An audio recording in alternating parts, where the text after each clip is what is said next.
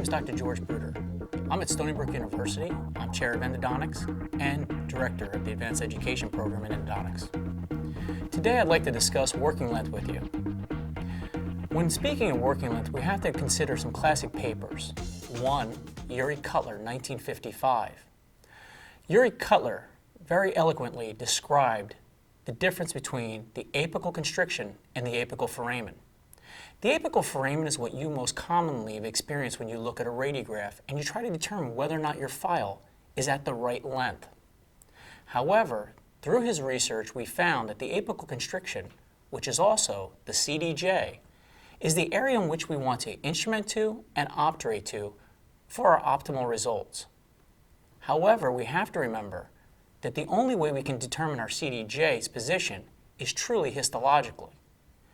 But research has shown that using an apex locator, we can actually use an apex locator with 96% accuracy. When we look at the working length, looking at films, we have to remember that it's actually a two-dimensional image while we're trying to determine a three-dimensional point of reference.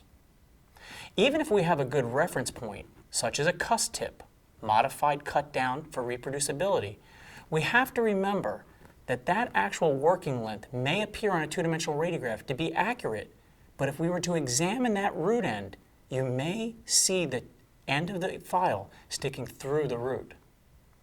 The reason for this is the portal of exit does not always come out at the exact endpoint of the root. That's why it's important for us to implement the use of things like an apex locator. We also have to remember if our file does go past that reference point, we don't want to just pull it back inside the tooth. We want to very slowly turn it counterclockwise because the flutes are engaging in the clockwise rotation. So a very gentle motion in a counterclockwise rotation will advance the file back into the canal so that we can obtain an accurate working length. That brings me to our next point. When determining your working length, you want to remember that Ibarola told us that the best time to determine your working length is after getting rid of your dentin triangle in the coronal segment. This is because before doing that, you have a curve coronally and apically. And upon removal of that dentin triangle, you actually have a canal that's shorter than your initial estimate. Thank you. This is George Bruder for Chair Time.